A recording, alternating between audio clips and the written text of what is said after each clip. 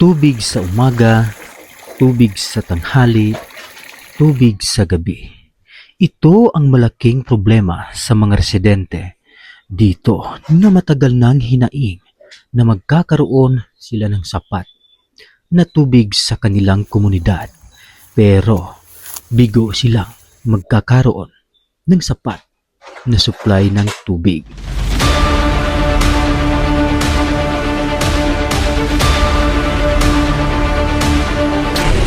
Sa video na ito, mga kasadpa, tunghayan natin kung paano kinuha ang tubig na nanggaling pa sa paa ng kabundukan. Tila sakripisyo ang kinakaharap bago makuha ang manamis-namis na tubig.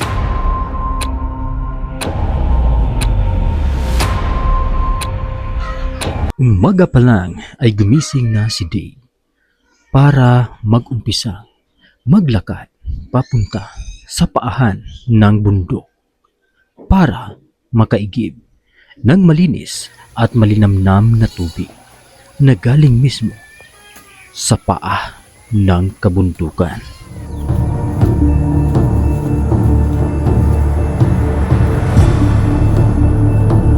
Mga busing, 2 pang kilometro para mating natin yung igiban namin. Tignan mo, ang hirap pa. May mga alambre.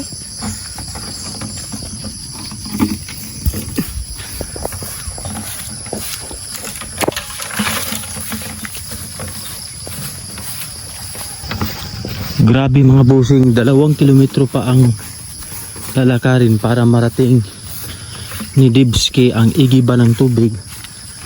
Grabe, nakakapagod to mga busing, pero walang magawa dahil may mga budget naman para paglagyan ng tubig ang mga kabahayan, ngunit ito ay kinakain lang ng mga buaya. So ganito kahirap mga busing ang pag-igib ng tubig. Dadaan ka muna sa kabundukan. Yan. Dadaan pa tayo ng isang bundok at pagdating sa unahan, mabilis na naglalakad si Dave kahit ito ay malabasa pa ang daanan.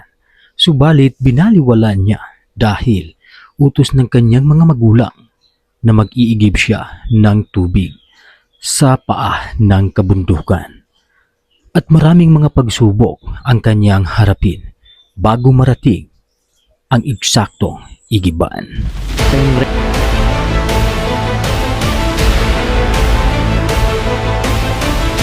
Hindi ka ba napagod sa pag-igib ng tubig? Hindi, kasi nasanay na ako maglakad dito ng malayo. Sobrang layo talaga mga bossing. Ito naman yung sitwasyon kapag kami ay naglalakad. Ito, hindi na po ako gumamit ng tsinelas. Gawa nung sobrang dulas. Ito mga bossing. Nakakatakot ito mga bossing. Siyempre, ito ay tinaguriang snake farm ka itong lugar na ito. Gawa nung napakasupal. Sobrang taas ng damo mga bossing. So, ito ang ating sistema ngayon. Yan si Dibski mga bossing, kaliwat kanan yan. Kaliwat kanan yung mahasukal na damuhan mga bossing. At syempre sa taas ito mga bossing, may mga nyug at yan may bundok. So ito ang sitwasyon natin mga bossing. Ito ang sistema ng ating kalagayan ngayon. Ang problema dito mga bossing is tubig lang ay kailangan munang maglakad ng mahigit 2 kilometro bago marating ni Dibski ang tinatawag na Batis o Bukal. So tingnan nyo naman mga bossing, napakahirap. Ang hirap ng aming sitwasyon sa tubig mga bossing. No choice kami.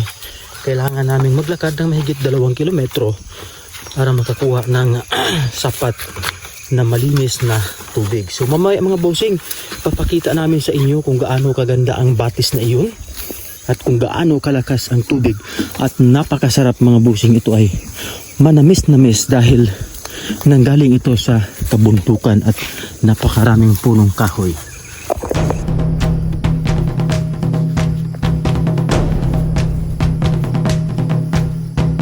Mga busing, malapit na tayo sa Batis. Pakita ko sa inyo mamaya. Unang madaanan, masukal na damo at baliko na mga daanan. At tila may mga tinik pa, kaya maingat na naglalakad si Dave sa mga masusukal na damuhan para makarating sa pinag-iigiban na tubig. Bakit sa nakalipas na maraming taon, tila napag-iwanan na sila? Nasaan na kaya ang budget at ang mga pondo nito para sa pagpapagawa ng tubig sa kanilang komunidad?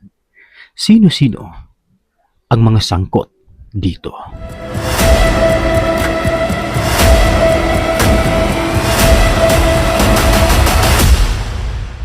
Sa sandaling panahon, animoy binubulsa ng mga magnanakaw sa kaban ng bayan. Kaya mapasa hanggang ngayon, tila napag-iwanan na ang mga residente dito na walang sapat na supply ng tubig.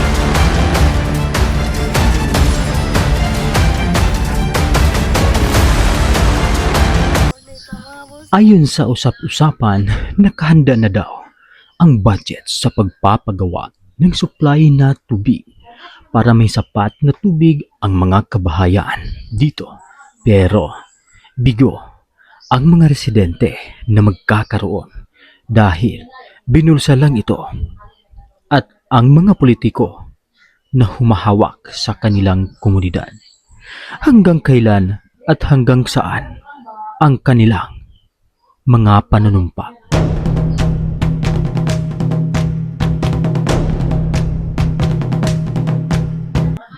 Tila pinangakuhan lang ang mga residente na pakakabitan ng tubig. Pero nung nakuha na nila ang pangako, tila binaliwala na lang nila ang mga pangako. Hindi na nila ito pinapansin. Sino-sino ang biktima dito at sino-sino ang kaawa-awa dito? Tila pinangakuhan lang ang mga residente na pakakabitan ng tubig. Pero nung nakuha na nila ang pangako, tila binaliwala na lang nila ang mga pangako. Hindi na nila ito pinapansin. Sino-sino ang biktima dito at sino-sino ang kaawa-awa dito?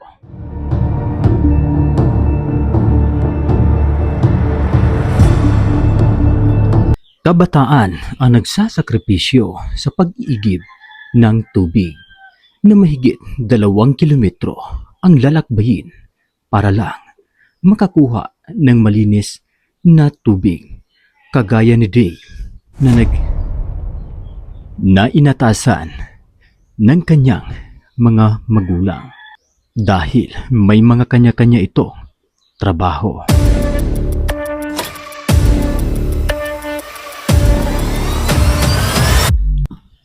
Panawagan sa lahat ng mga residente dito na magkakaroon sila ng sapat na tubig upang sa hinaharap mas mabilis ang kanilang takbo ng pamumuhay sa kanilang komunidad.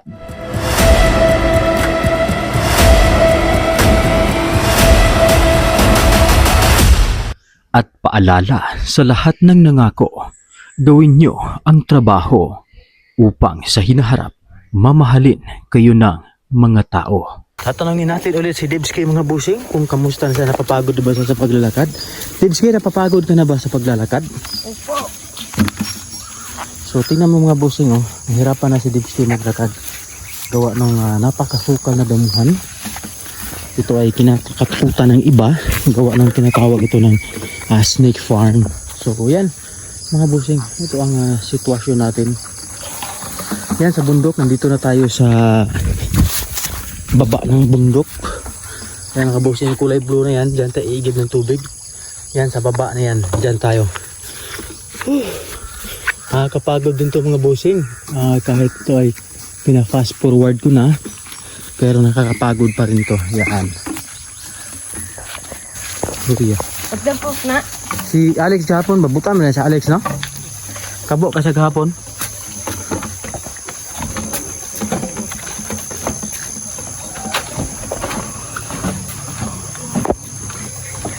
And finally mga bossing, malapit na tayo sa Batis kung saan dyan po mag-iigib si Dibski at syempre sa haba-haba ng aming nilalakad ay nairating din namin po ang igiban or Batis mga bossing. So napakaganda po dito mga bossing, maliwalas, napakalinis po ng tubig mga bossing at syempre may mga kasama din po kaming nakisabay na mag-iigib ng tubig. So ganito po kaganda ang view dito mga bossing, napakalinis at pababa na kami sa Batis.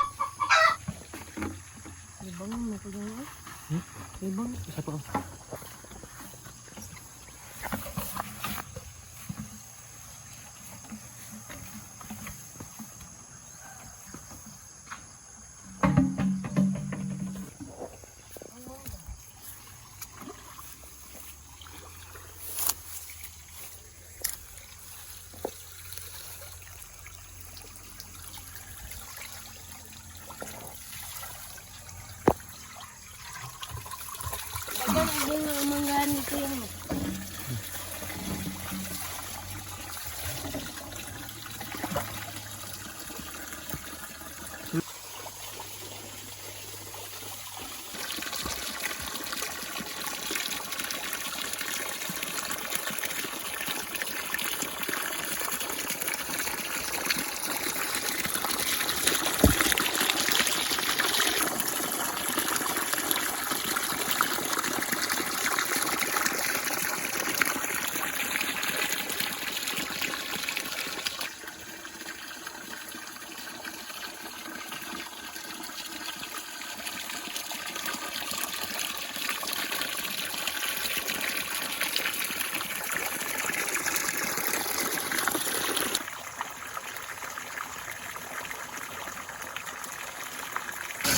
ito na mga bossing. Mag-iigib na tayo mga bossing.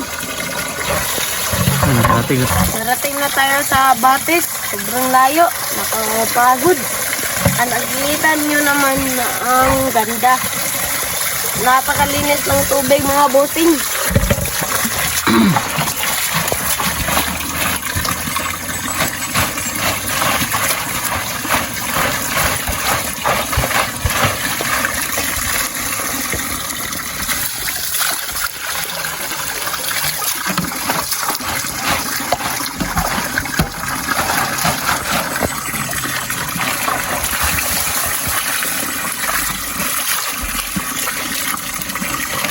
Ako si Mr. Kasagpa, taus-pusong nagpapasalamat sa inyo sa walang sawang pagsuporta. At huwag kalimutang magkalimbang sa subscribe button. Maraming salamat po. God bless you and your family.